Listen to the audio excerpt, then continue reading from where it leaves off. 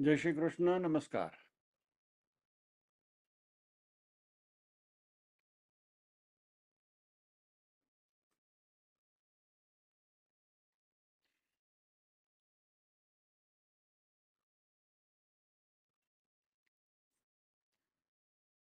श्रीमद् भगवद गीता के अध्ययन की श्रृंखला में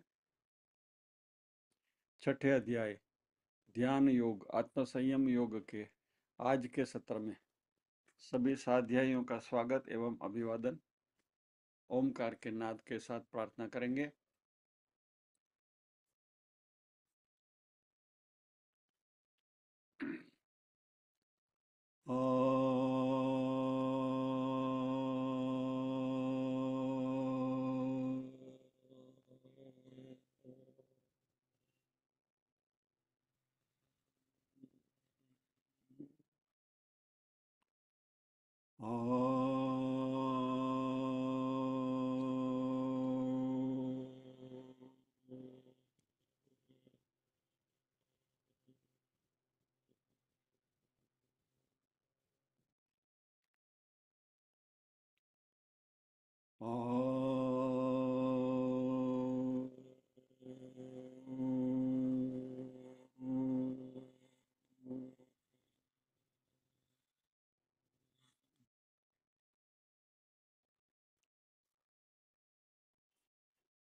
वक्रतुंड महाकाय सूर्यकोटि समप्रभ निर्विघ्नं कुरु मे देव सर्वकार्येषु सर्वदा। या कुन्देन्दु तुषारहारधवला या शुभ्रवस्त्रावृता या वीणावरदण्डमण्डितकरा या श्वेतपद्मासना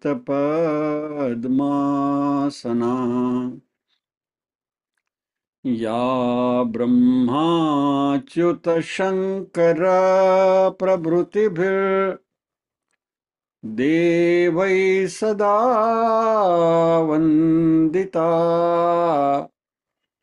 सा मां पातु सरस्वती भगवती निःशेषजाड्यापहा। वसुदेवसुतं देवं कंसचाणूरमर्दनम् देवकी परमानन्दं कृष्णं वन्दे जगद्गुरुम्। ॐ सहना भवतु सहनौ भुनक्तु सह वीर्यं करवावहै तेजस्विनावधीतमस्तु मा विद्विषावहै। ॐ शान्ति शान्ति शान्तिः।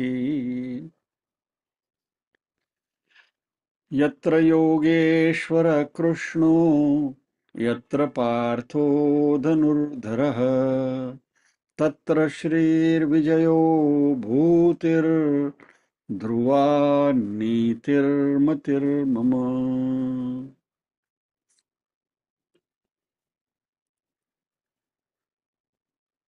पारायण के लिए नीरूबेन और मीनल जी को आमंत्रित करते हैं।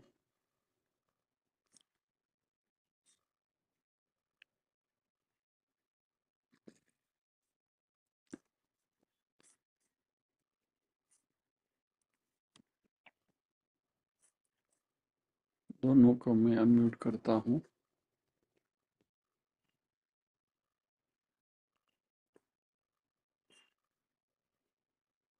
ठीक है।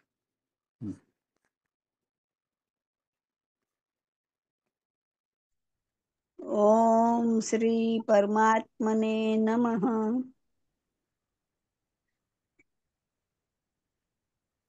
आत्मसंयमयोगः। श्रीभगवानुवाच अनाश्रितः कर्मफलं कार्यं कर्म करोति यः यः सन्न्यासी च योगी च न निरग्निर्न चाक्रियः। यं सन्न्यासमिति प्राहुर्योगं तं विद्धि पाण्डव। न यसन्न्यस्तसङ्कल्पो योगी भवति कश्चन। आरुरुक्षोर्मुनिर्योगं कर्म कारणमुच्यते योगारूढस्य तस्यैव शमः कारणमुच्यते। यदा हीनेन्द्रियार्थेषु न कर्मस्वनुषज्यते सर्वसङ्कल्पसन्न्यासी योगारूढस्तदुच्यते।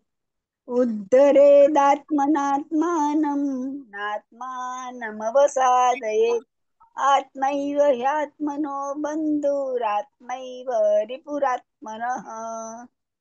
बन्धुरात्मात्मनस्तस्य येनात्मैवात्मना जितः अनात्मनस्तु शत्रुत्वे वर्तेतात्मैव शत्रुवत्।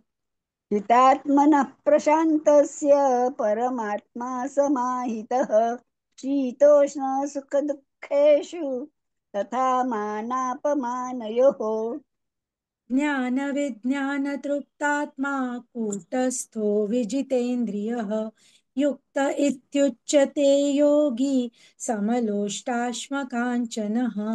सुहृन्मित्रार्युदासीन मध्यस्थद्वेषबन्धुषु साधुष्वपि च पापेषु समबुद्धिर्विशिष्यते।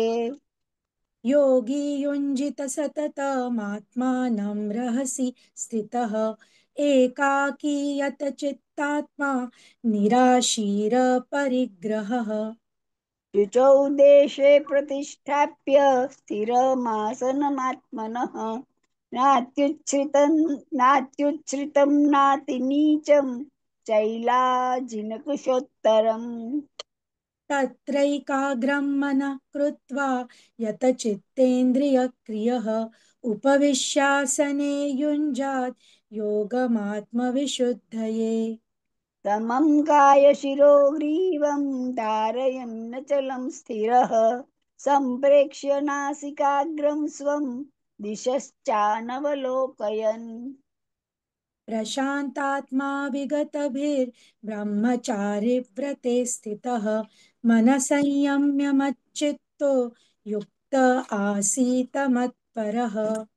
युञ्जन्नेवं सदात्मानं योगी नियतमानसः शान्तिं निर्वाणपरमां मत्संस्थामधिगच्छति। नात्यश्नतस्तु योगोऽस्ति न चैकान्तमनश्नतः न चातिस्वप्नशीलस्य जाग्रतो नैव चार्जुन। युक्ताहारविहारस्य युक्तचेष्टस्य कर्मसु युक्तस्वप्नावबोधस्य योगो भवति दुःखः। यदा विनियतं चित्तमात्मन्नेवावतिष्ठते निःस्पृह सर्वकामेभ्यो युक्त इत्युच्यते तदा। यथा दीपो निवातस्थो नेङ्गते सोपमा स्मृता योगिनो यतचित्तस्य युञ्जतो योगमात्मनः। यत्रो परमते चित्तं निरुद्धं योगसेवया यत्र चैवात्मनात्मानं पश्यन्नात्मनि तुष्यति। सुखमात्यन्तिकं यत्तद् बुद्धिग्राह्यमतीन्द्रियं वेत्ति यत्र न चैवायं स्थितश्चलति तत्त्वतः। यं लब्ध्वा चापरं लाभं मन्यते नाधिकं ततः यस्मिन् स्थितो न दुःखेन गुरुणापि विचाल्यते। तं विद्या दुःखसंयोग योगसंज्ञितं स निश्चयेन योक्तव्यो योगो निर्विण्णचेतसा। सङ्कल्पप्रभवान् कामान् त्यक्त्वा सर्वान् शेषतः मनसेव मनसैवेन्द्रियग्रामं विनियम्य समन्ततः। शनैः शनैरुपरमेद् बुद्ध्या बुद्ध्या धृतिगृहीतया आत्मसंस्थं मनः कृत्वा न किञ्चिदपि चिन्तयेत्। यतो यतो निश्चरति मनश्चञ्चलमस्थिरं ततस्ततो नियम्येतद् आत्मन्यैव वशं नयेत्। प्रशान्तमनसंहेनं योगिनं सुखमुत्तमम् उपैति शान्तरजसं ब्रह्मभूतमकल्मषम्। युञ्जन्नेव सदात्मानं योगी विगतकल्मषः सुखेन ब्रह्म संस्पर्शम् अत्यन्तं सुखमश्नुते। सर्वभूतस्थमात्मानं सर्वभूतानि चात्मनि ईक्षते योगयुक्तात्मा सर्वत्र समदर्शनः।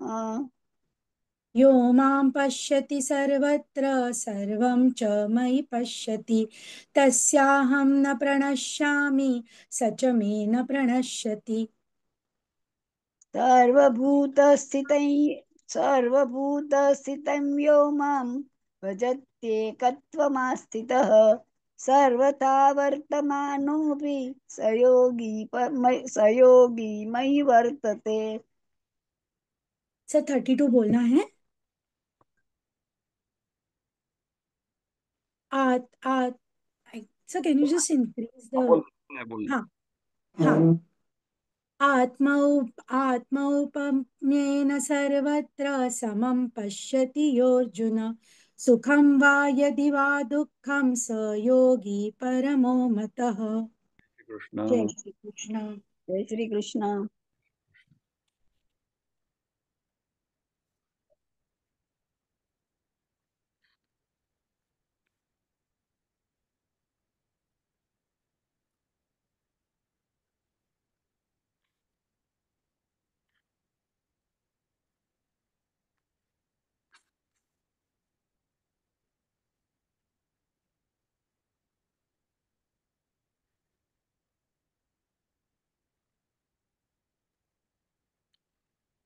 32वें श्लोक में भगवान ने कहा,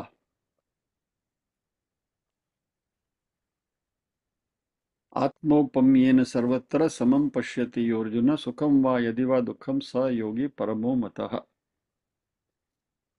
जो योगी अपनी साधुसात से संपूर्ण भूतों में सम देखता है वह योगी परम श्रेष्ठ है। इसके ऊपर हमारी चर्चा हो गई है एक सत्र में, जिसका रिकॉर्डिंग अपलोड नहीं हुआ है, तभी हो जाएगा। और अभी आज हम आगे बढ़ेंगे।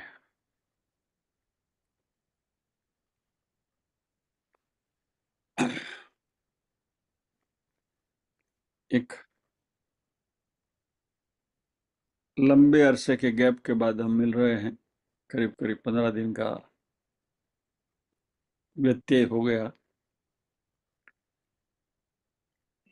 और श्रावण मास के त्योहारों का आनंद भी हमने लिया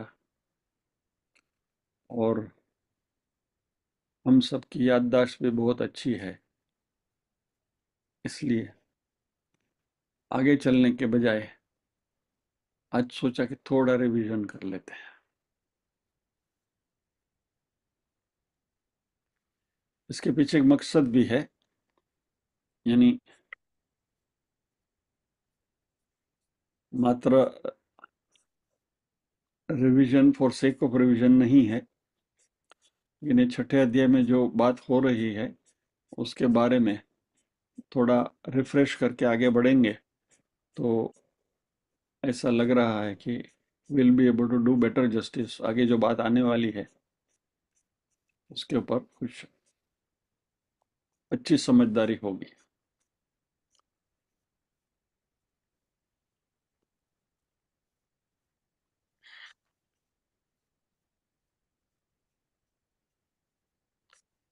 छठे अध्याय की शुरुआत में भगवान ने, क्योंकि ये कर्मयोग का अंतिम पड़ाव है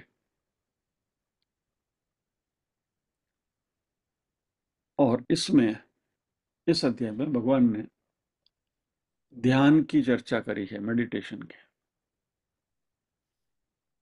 और ये मेडिटेशन, ये ध्यान जो है, ये हमारी आध्यात्मिक साधना में कहाँ, कैसे, कितना उपयुक्त है, इसके बारे में इस अध्याय में चर्चा की गई है। अभी ये ध्यान, ये सब हम कर चुके हैं कि सिर्फ रिवीजन हो रहा है? सब कुछ, सम पॉइंट्स जो सैलिएंट पॉइंट्स है उसकी बात कर लेंगे। तो पहले तो हम ये देखेंगे कि ये ध्यान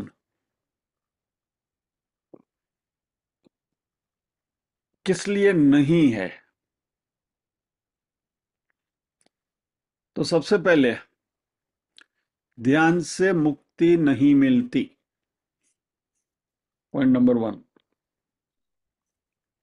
meditation is not means of liberation. मुक्ति पाने के लिए ध्यान नहीं है, क्योंकि ध्यान एक क्रिया है और मुक्ति जो है वह साध्य नहीं है।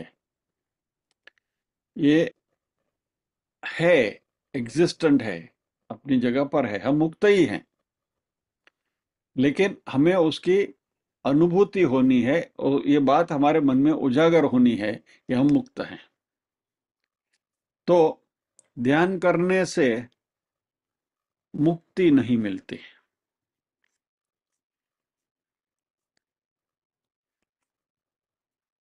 अच्छा,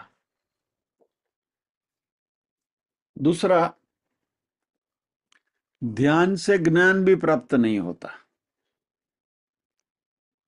ध्यान करने से कुछ नया हम नहीं सीखेंगे, ध्यान से ज्ञान प्राप्त नहीं होता है। यानी meditation is not means of knowledge, meditation is not means of liberation, meditation is not means of knowledge. यानी मुक्ति नहीं मिलती, ज्ञान भी नहीं मिलता। ज्ञान के लिए जो 6 प्रमाण है, उन प्रमाणों से हमें ज्ञान की प्राप्ति करनी चाहिए। प्रत्यक्ष, अनुमान, उपमान, अर्थापत्ति, उपलब्धि और शास्त्रम, ये 6 ज्ञान की शाखाएं हैं जिससे हमें ज्ञान प्राप्त होता है। लेकिन ज्ञान हमें मेडिटेशन से प्राप्त नहीं होता। हमें ये प्रमाण जो है, इस प्रमाण से ज्ञान प्राप्त करना चाहिए। और ये 6 में से एक मुख्य प्रमाण जो है शास्त्र, और शास्त्र का प्रमाण लेकर हम ज्ञान प्राप्त करते हैं। तो ध्यान से मुक्ति नहीं मिलती, ध्यान से ज्ञान प्राप्त नहीं होता। और तीसरी बात और खास, कि ध्यान करने से यदि कोई हमें एक्स्ट्राऑर्डिनरी मिस्टिक एक्सपीरियंस यदि होते हैं,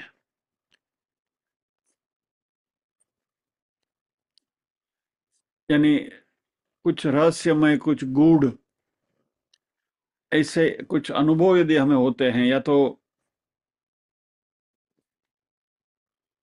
यू अक्वायर सम, क्या कहते हैं उसको, एक प्रकार के अद्भुत गूढ़ शक्तियां ध्यान के द्वारा मिल सकती हैं।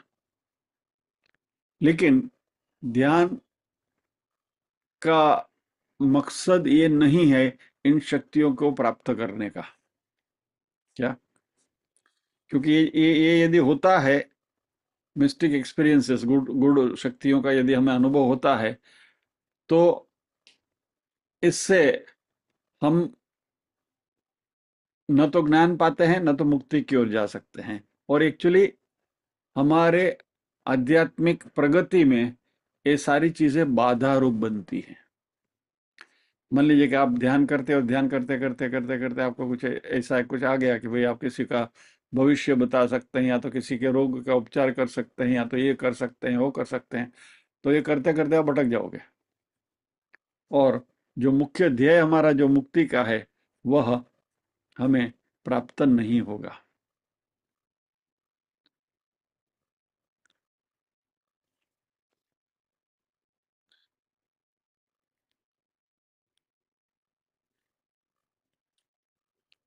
तो तीसरा पॉइंट जो हमें ध्यान में रखना है, वह हमें ध्यान ये सब गूढ़ रहस्यों को प्राप्त करने के लिए, तो ऐसा कोई ओकल्ट शक्तियां प्राप्त करने के लिए भी हमें ध्यान नहीं करना है। तो 3 पॉइंट हो गए। तो ये फाउंडेशन हमारा हो गया कि ध्यान किस लिए नहीं है। अभी हम let us come to the positive part of it, कि तो फिर ध्यान किस लिए है, किस लिए नहीं है वो हमने देख लिया। ध्यान किस लिए है? तो ध्यान के मुख्यत्व 2 रोल हैं। पहला जो रोल है वह हमारे मन को आध्यात्मिक साधना के लिए तैयार करना, कल्टीवेशन ऑफ माइंड। जैसे खेत को हम जोत के बीज बोने के लिए तैयार करते हैं, वैसी जो तैयारी है, यह बात जो है, यानी ज्ञान योग्यता प्राप्त करने के लिए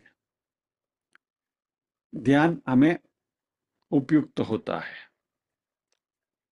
अभी मन को तैयार करने के लिए और भी कई आयाम हैं, और ध्यान इज वन ऑफ देम, उनमें से एक है। लेकिन क्योंकि अभी हम ध्यान योग के ऊपर बात कर रहे हैं, तो इसलिए ध्यान जो है वह हमें हमारे मन को तैयार करने के लिए, हमारे मन को शांत करने के लिए, जो भी हमें प्राप्त करना है वो अच्छी तरह से एसिमिलेट हो, उसके लिए मन को तैयार करने के लिए ध्यान की उपयुक्ति होए। तो यह जो प्रिपरेटरी मेडिटेशन जो है, ये जो तैयारी की जो ध्यान की जो प्रक्रिया है, उसको उपासना ध्यानम कहा जाता है। ये उपासना ध्यान है, और इसलिए ज्ञान प्राप्ति के पहले ये उपासना ध्यान करना जरूरी है।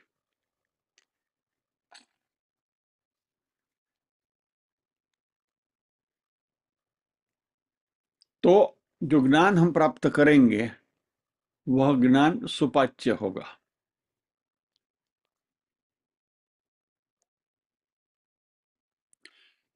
उसके लिए एक एनालॉजी यदि हमें देखनी है, तो भोजन करने से पहले जैसे हम हमारे हाथ धोकर बैठते हैं, या तो स्वच्छ बर्तन वगैरह लेकर उसमें भोजन करने के लिए बैठते हैं, बराबर है? इस तरीके से हमें हमारे मन को तैयार करना है। मन स्वच्छ हो जाना चाहिए, और ये होने के बाद, ये जो उपासना ध्यान होने के बाद, प्रिपरेटरी मेडिटेशन होने के बाद हमें क्या करना है? तो हमें आध्यात्मिक ज्ञान की प्राप्ति करनी है। We have to gain spiritual knowledge.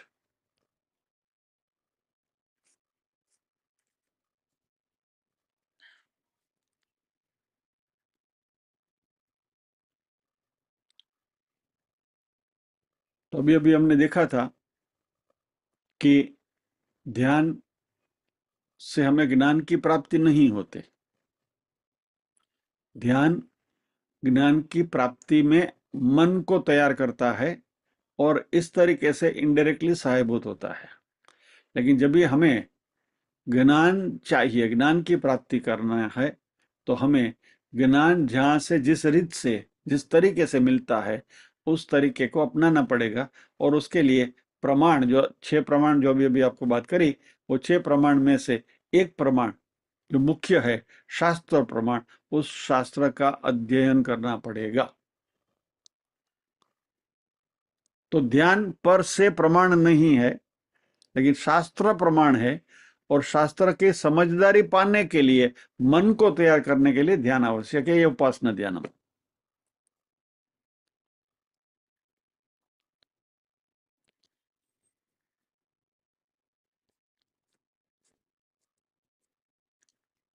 यानी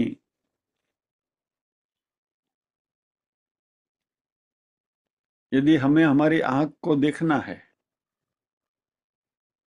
बराबर, और आप आंख के ऊपर मेडिटेशन करते हुए बैठो, साल, 2 साल, 5 साल, 10 साल, 25 साल, 100 साल, आंख दिखेगी नहीं, बराबर। It is, you just can not. तो आपको क्या क्या करना होगा? सामने आईना रखो, आंख फौरन दिखेगी। तो इस तरीके से आत्म तत्व का दर्शन करना है, और खाली ऐसे ध्यान में बैठ के हम आत्मा करते रहो तो कुछ होने वाला नहीं है। तो उसके लिए शास्त्र का प्रमाण रूप मिरर, आईना हमारे सामने होना जरूरी है। वो जब भी हमारे सामने होगा तो ये ज्ञान प्रकट होगा।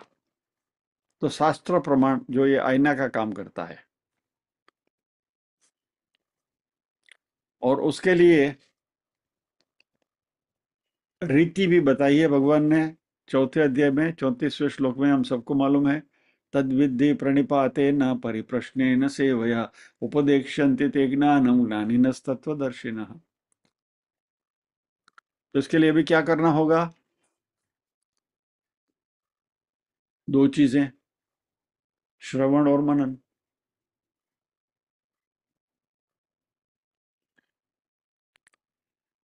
शास्त्र का श्रवण और शास्त्र का मनन, यह वेदांत विचार है, और इसको ही ब्रह्म जिज्ञासा कहते हैं। यानी ब्रह्म क्या है, आत्मा क्या है, उसके बारे में जानकारी प्राप्त करने के लिए श्रवण और मनन होना जरूरी है। तो श्रवण क्या है? लंबे अरसे तक सिस्टमैटिकली हमारे शास्त्रों का अध्ययन करते रहना, systematic and consistent study of our scriptures, जो हम यहाँ करते हैं। और वो भी कोई सक्षम आचार्य के पास से ये ज्ञान प्राप्त करना है। अभी हम यहाँ जो चर्चा करते हैं, तो मैं भी आपके साथ ही बैठा हूं, तो सक्षम आचार्य की कक्षा में मैं अपने आप को नहीं रखता हूं, और इसलिए again and again I clarify this कि मैं मात्र परोसता हूं।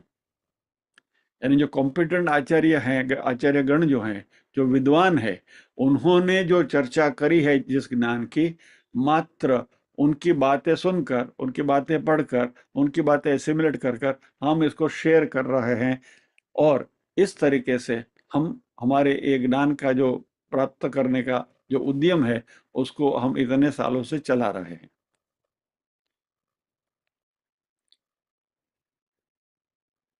और इसमें मात्र हमें आत्मज्ञान की ही बात करनी है, आत्मा के बारे में ही सोचना है, ब्रह्म के बारे में ही सोचना है।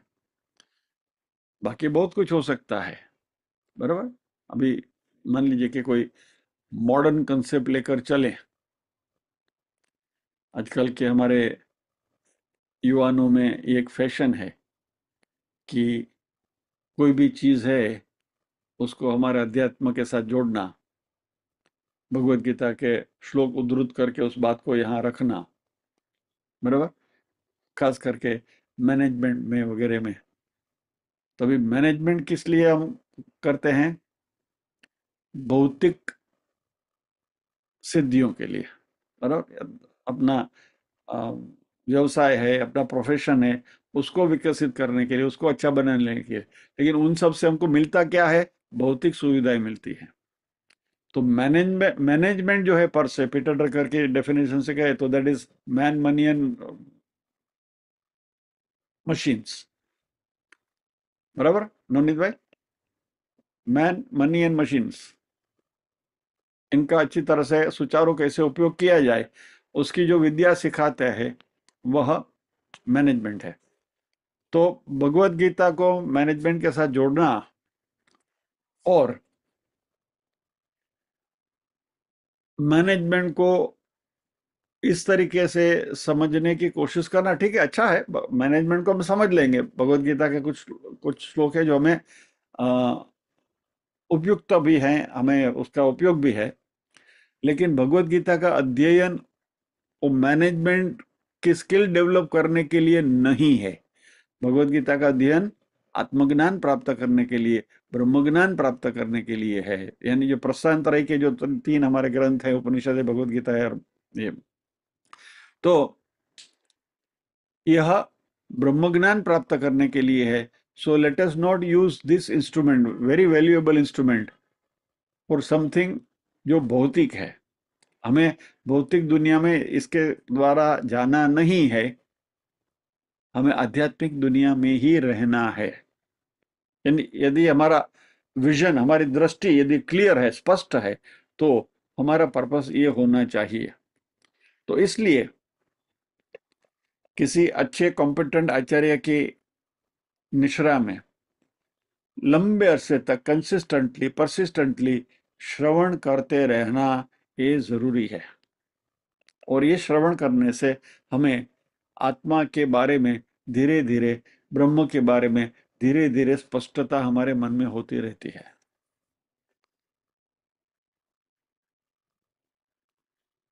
तो ये जो बात हुई, ये आंख के सामने आईना रखने की बात हुई।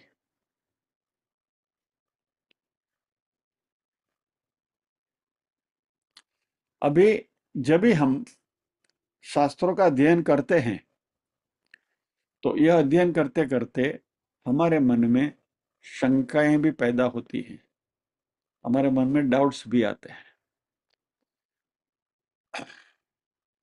और वेदांत का अध्ययन जो है वह हमारी कुछ मान्यताएं जो हैं उसको कभी कभी जड़ से हिला देती है। और तभी हमारे मन में एक प्रकार का प्रश्न उठता है, डाउट आता है, शंका होती है कि क्या ये सही है। सिंपल एग्जाम्पल कि भाई भौतिकता और ब्रह्म दोनों दे डोंट गो टुगेदर।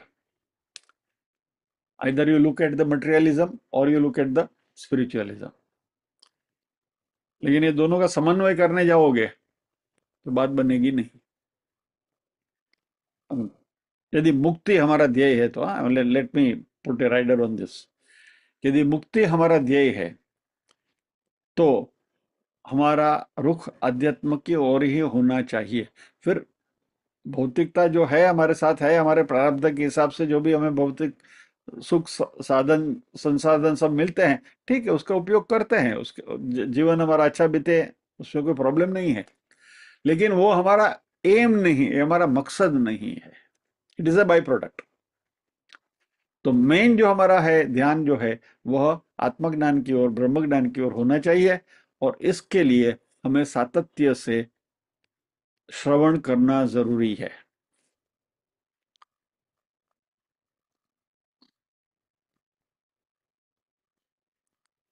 मान लीजिए कि हम ये कहें कि मुझे पूर्ण होना है, I want to be full, तो वेदांत कहता है कि भाई आप पूर्ण ही हो, बराबर। पूर्णमद पूर्णमिदम पूर्णात् पूर्णमुदच्यते, बराबर। तो यू आर ऑलरेडी फुल। आप कहेंगे कि मुझे शांति चाहिए, तो आप कहेंगे आपका आत्मा का इनहेरेंट नेचर है शांति। तो आप शांति हैं, आप शांति हैं, लेकिन उसकी अनुभूति आपको करनी है। मुझे सुरक्षा चाहिए, तो ठीक है, वेदांत कहता है कि आप सुरक्षित ही हो, क्योंकि आत्मा जो है वो तो सर्वव्यापी है। अच्छा, आत्मा जो है वो एक है, अद्वितीय है। अच्छा, असुरक्षा कभी पैदा होगी जब सामने दूसरा होगा। There has to be another person to make you unsafe. तो सिक्योरिटी, सुरक्षा के लिए यदि सामने कोई दूसरा होगा तो हम अपने आप को असुरक्षित महसूस करेंगे। अभी सामने दूसरा को है ही नहीं, क्योंकि आत्मा तत्व ही है। यदि इसकी जब भी हमें अनुभूति होगी तो हमें सुरक्षा कहीं ढूंढने की, सिक्योरिटी ढूंढने की कोई जरूरत नहीं है। तो यानी हमारे जो मन में जो विचार हैं, इनको वेदांत का अध्ययन जो है वो जड़ से हिला देते हैं। और जो दृष्टा है, सियर जो है, वही सत्य है। जो दिखता है वह मिथ्या है। ये बात हम बार बार करते हैं, अलग अलग स्वरूप में करते हैं, लेकिन ब्रह्म सत्यम जगन मिथ्या। हम ब्रह्म है, हम ब्रह्म का स्वरूप है, इसलिए हम सत्य है, और जो सामने दिखता है वो सब मिथ्या है। तो मन में कई सवाल उपस्थित होंगे। तो जो अति उत्साही साधक जो होता है, वो मन में जो सवाल आए वो पट पट पट पट पूछने लगता है। अच्छा है, इट्स गुड, प्रश्न पूछना अच्छा है। लेकिन साथ साथ एक दूसरी बात भी है कि यदि थोड़ा धैर्य रखकर, कितना धैर्य रखना वो हमारी अपनी काबिलियत के ऊपर है कि कहां तक हम रुकें और कहां तक वो प्रश्न हमें परेशान कर रहा है। हमारी जो यात्रा है, उस यात्रा में जो चर्चाएं होती हैं, उससे कई प्रश्नों के जवाब अपने आप मिलते जाते हैं।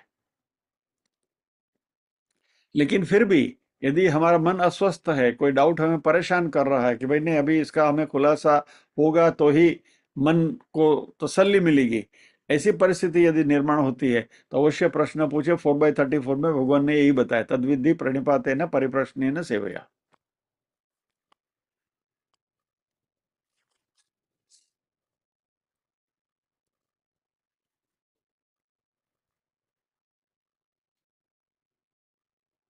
और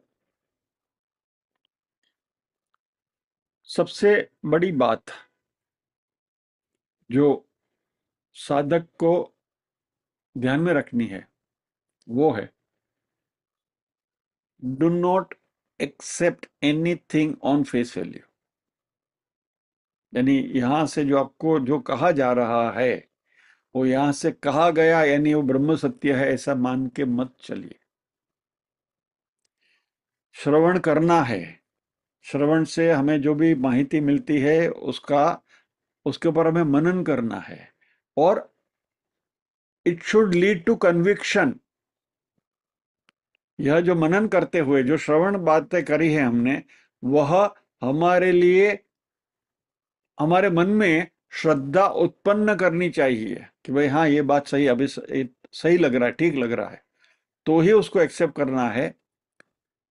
अच्छा, उसकी एक्सट्रीमिटी भी मैं आपको बता दूं कि इसका अर्थ ये नहीं है कि जो भी बातें करी जाए उसके ऊपर डाउट ही करते रहो, डाउट ही करते रहो, नहीं तो फिर गो एकदम खो जाओगे, क्या भटक जाओगे। शास्त्रों की बातें हो रही हैं, लेकिन कभी कभी मन को कहीं खटकता है कि नहीं, ये कुछ जम नहीं रहा, ये बात कुछ परेशान कर रही है, तो प्रश्न पूछकर उसका समाधान प्राप्त करने की चेष्टा भी करनी चाहिए। सो ये एक सातत्य से चलने वाली कंटिन्यूअस प्रोसेस है। श्रवण मनन, श्रवण मनन, और मनन में जो भी मन में जो डाउट आते हैं उनका खुलासा कर लेना। और सबसे बड़ी बात यह है कि जब भी कोई भी साधक के मन में प्रश्न आता है और वो प्रश्न पूछता है, तो जो आचार्य है वह सबसे पहले तो उस प्रश्न का गौरव करेंगे,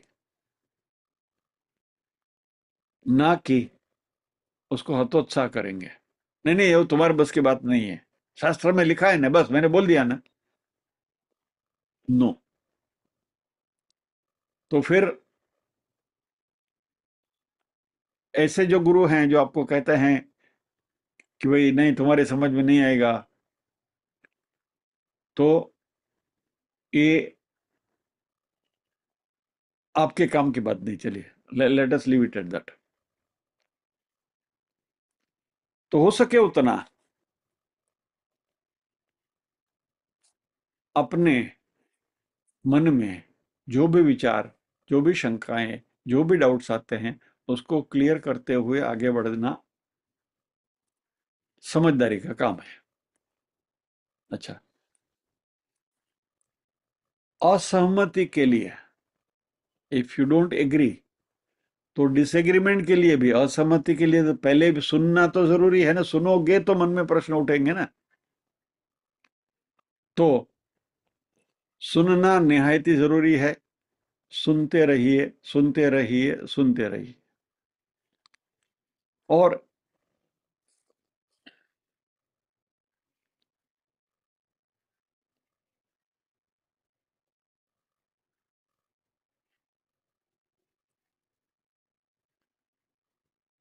ये जो हमें ज्ञान मिलता है, जिसमें कहीं ना कहीं हमारे मन में संशय रहता है, उसको संशय सहित ज्ञान कहा गया है जी। Knowledge, but it is mixed with doubts.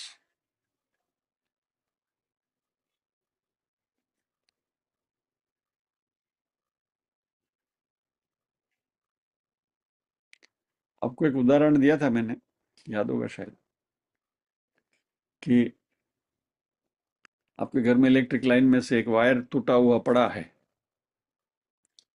और कोई कहे कि भाई नहीं, इट्स ए डेड वायर, क्या उसको छूने से कुछ नहीं होगा, बराबर। लेकिन यदि आपके मन में 1% भी शंका हुई कि नहीं, शायद उसमें करंट होगा, तो आप छूने से इनकार ही करोगे। यानी जब तक हमारे मन में पूरी शंका निर्मूलन नहीं हुआ कि नहीं, it is a dead wire, तब तक आप उसका स्पर्श नहीं करोगे। तो ये जो 1% जो डाउट जो मन में था कि it is a dead wire और नॉट, तो इसका समाधान हमें करना पड़ेगा। तो आप फिर वहां जो भी इलेक्ट्रिशियन, उसे पूछोगे कि भाई मेन स्विच तुमने बंद कर दिया है ना, तो ये शंका का समाधान हुआ। तो तभी वो कहेगा हाँ भाई मेन स्विच बंद है, अभी आप उसको छू सकते हैं। फाइन। सो शंका का निर्मूलन हुआ, doubt has been resolved, now you can proceed forward.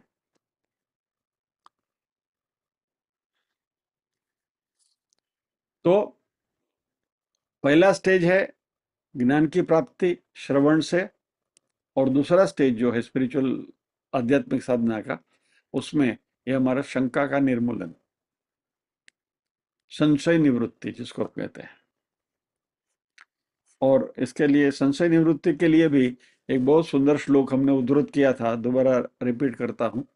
बहुत अच्छा है, मुझे भी बहुत प्रिय है ये श्लोक। आचार्यात् पादम आधत्ते, पादम शिष्य स्वमेधया, पादम सह ब्रह्मचारिभ्यः, पादम काल क्रमेण च। जो ज्ञान है वो 4 तबक्के में मिलता है। आचार्यात् पादम आदत्ते, पादम यानी 1/4।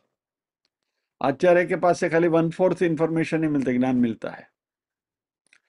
पादम शिष्य स्वमेधया, 1/4 शिष्य की अपनी बुद्धि से वो चरितार्थ होता है। एग्जाम्पल के तौर पर, कि जिस आचार्य से आप श्रवण करते हैं, कितने भी वो विद्वान हो, लेकिन आपकी बुद्धिमत्ता ही कम है, if your IQ is low, तो बात पल्ले नहीं पड़ेगी। और इसलिए तो अध्यात्म के क्लास में ज्यादा लोग होते नहीं है। क्या, जैसे भागवत कथा होती है जिसमें 500, 1000, 2000, 5000 लोग होते हैं, वैसे भगवत गीता के क्लास में 5000 लोग आपको नहीं मिलेंगे। या तो उपनिषद के क्लास में 5000 लोग आपको नहीं मिलेंगे। चलो आ गए 1000, 2000 लोग। This requires a specific IQ। आदत्ते पादम शिष्य स्वमेधया, शिष्य की अपनी बुद्धिमत्ता से चौवन्नी मिलती है। पहली चौवन्नी आचार्य से मिली, दूसरी चौवन्नी अपनी बुद्धि से प्राप्त हुई। पादम स ब्रह्मचारिभ्य, फिर जो साध्यायी जो हमारे साथ हैं, उनके साथ चर्चा करने से कुछ बात उसको क्लियर हुई, कुछ बात हमको क्लियर हुई, हमारी क्लैरिटी उनको मिलेगी, उनकी क्लैरिटी हमें मिलेगी। ये आदान प्रदान जो विचारों का होता है, इससे तीसरी चौवन्नी मिलती है। और पादम कालक्रमेण च, समय जाते over a period of time चौथी चौवन्नी अपने आप उपलब्ध होती है। इस तरीके से पूरा ज्ञान हमें प्राप्त होता है।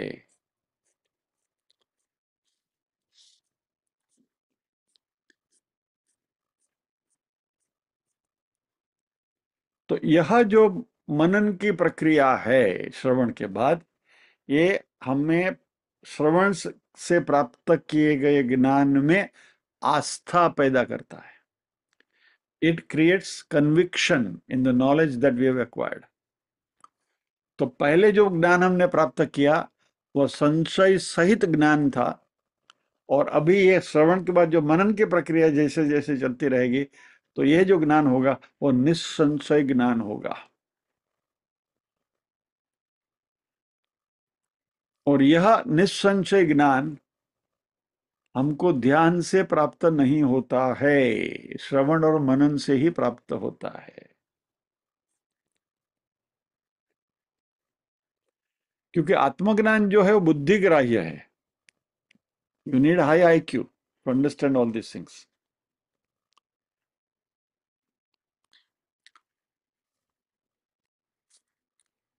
मनसी वेद आप्तव्यम, मन से यानी बुद्धि से वेदों का अध्ययन करना चाहिए।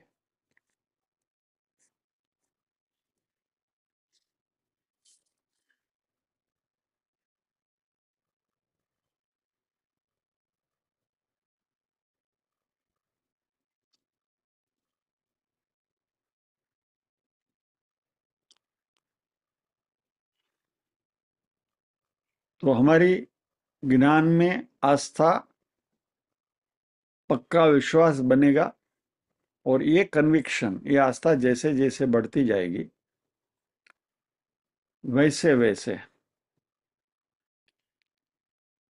हमारे मन में आत्मा के बारे में जो एक छवि बनी है, I am talking in a very loose term, but जो जो एक छवि बनी है वो धीरे धीरे स्पष्ट होती जाएगी।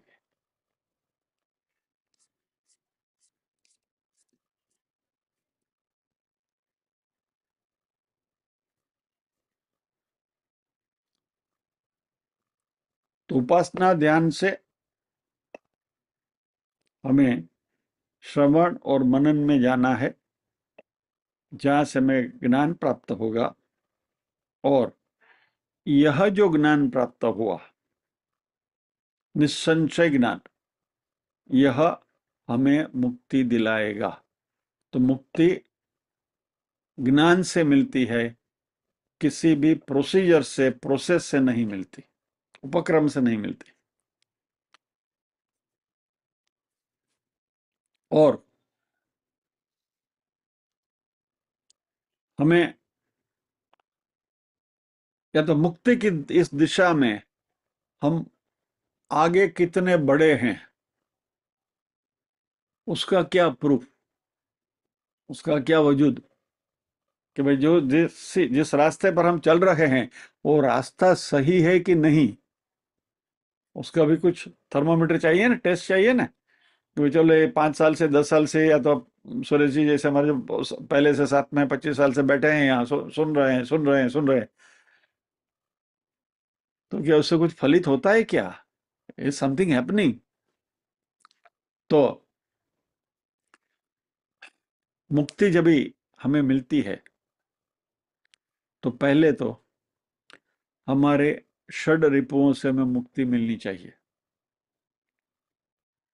काम क्रोध लोभ मोह मद मत्सर राग द्वेष, ये सब जो हैं, ये हमारे जो आंतरिक शत्रु जो हैं, क्या हमें उससे मुक्ति मिलती है क्या, और कितने हद तक मिलती है? अब ये थर्मोमीटर प्रत्येक व्यक्ति का अपना अपना इंडिविजुअल है। यानी बाहर से कोई भी उपकरण लाकर हम आपके सर पर रहने, भाई ये पहले ये 90% क्रोध करता था, अभी 40% ही करता है, हाँ, और अभी बस अभी 5 साल और हो गए तो अभी 20% ही करता है क्रोध। There is no such measurement available. यानी यह जो मापदंड है वह सभी व्यक्ति का अपना वैयक्तिक है, सभी का अलग अलग है। इसके लिए कोई यूनिफॉर्म मेजर नहीं है। सो हमें अपने आप को ही इंट्रोस्पेक्शन करते रहना पड़ेगा कि भाई हम अभी इसमें कहाँ कितने तक आगे बढ़े। हमारे क्रोध में कम हुआ, मोह कम हुआ, द्वेष कम हुआ, राग कम हुआ, क्योंकि यही सब सुनते हैं ना भगवत गीता में। तो ये सब सुनते सुनते उसके ऊपर मनन करते हैं, बीच में जहाँ शंकाएं आई उस शंका का निर्मूलन करते गए। ये करते करते इसमें हम जो पहले थे और आज जो है उसमें यदि आपको लगता है कि फर्क पड़ रहा है, हो रहा है, तो then we are on the right track. नहीं तो फिर जय श्री कृष्ण। बराबर। तो ये जो ट्रांसफॉर्मेशन जो है, बाहरी डिस्टर्बेंसेस जो है, परिबल जो है, वो भी हमें विचलित कर सकते हैं। लेकिन वो बाहरी परिबल पर ultimately if you analyse it, तो राग द्वेष पर आके रुक जाते हैं। अब कोई भी बाहर का कोई भी एक्सटर्नल कंडीशन आप कोई भी ले लो, तो you can analyse it into राग और द्वेष। तो जिस दिन हमने राग और द्वेष के ऊपर विजय प्राप्त कर लिया, बाहर की कोई भी परिस्थिति हमें विचलित नहीं कर सकती। और इस स्थिति को ही जीवन मुक्ति कही गई है। राग द्वेष काम क्रोध लोभ मोह मद मत्सर, इसके ऊपर यदि हमने विजय प्राप्त कर ली, तो यही जीवन मुक्ति की स्थिति है। और इसको ही हम संतत्व कहेंगे कि भाई ये व्यक्ति संत है। संत यानी क्या? बाहर की किसी भी परिस्थिति से प्रभावित नहीं होता, और हम किसी को हर्ट नहीं करते। We don't get hurt by anybody and we don't hurt anybody.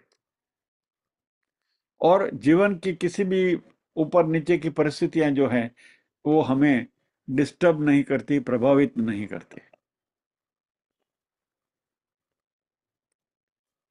तो ये जीवन मुक्ति की स्थिति है।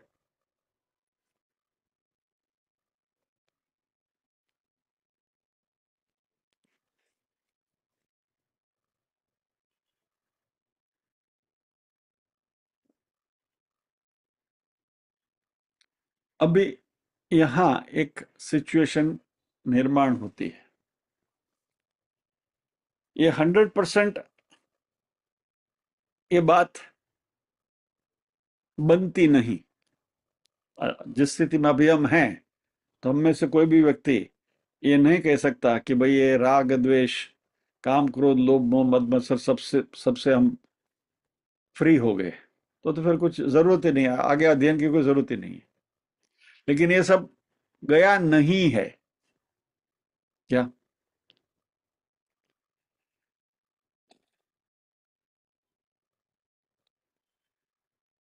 हमें ज्ञान प्राप्त हुआ, हमें पता है कि ये जो चीजें हैं, ये इसमें हमारे लिए रुकावट पैदा कर रही हैं, और इससे हमें मुक्ति पानी भी है।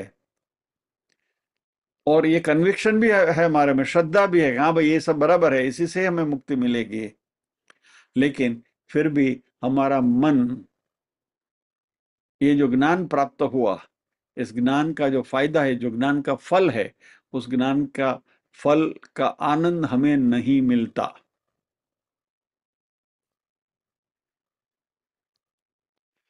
तो हमें ये भी पता, 1-2-3 मिनट और लूंगा, कि यह जो ज्ञान हमने उपलब्ध किया, वह उसका जो रिजल्ट है, वो रिजल्ट हमें परसीव नहीं होता, दिखाई नहीं देता। और हमारे शास्त्र कहते हैं कि यदि ज्ञान सही तरीके से सुपाच्य हो गया, तो उसका परिणाम भी हमें दिखाई देगा।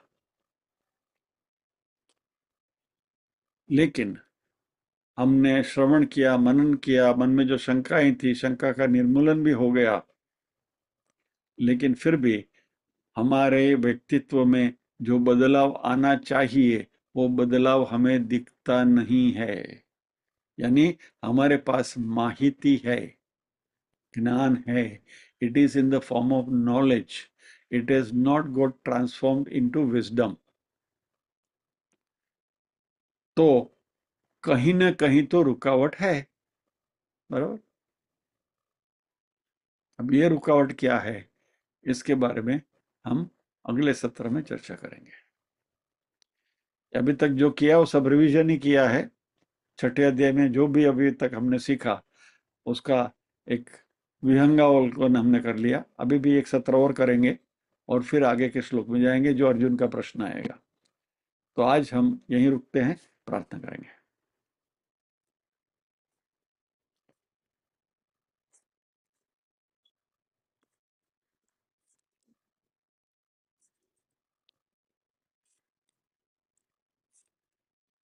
ओम असतो मा सद्गमय तमसो मा ज्योतिर्गमय मृत्योर्मा अमृतंगमय.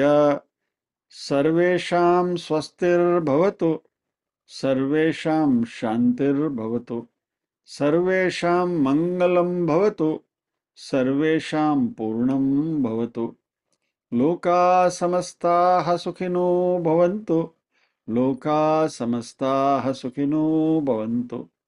नाहं कर्ता हरिः कर्ता, हरिः कर्ता हि केवलम्.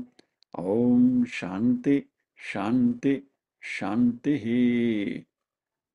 सभी के हृदय कौल में विराजमान परम कृपालु परमात्मा को वंदन करते हुए आज के सत्र को विराम देते हैं. अगले शुक्रवार फिर मिलेंगे इसी चर्चा के साथ. जय श्री कृष्ण.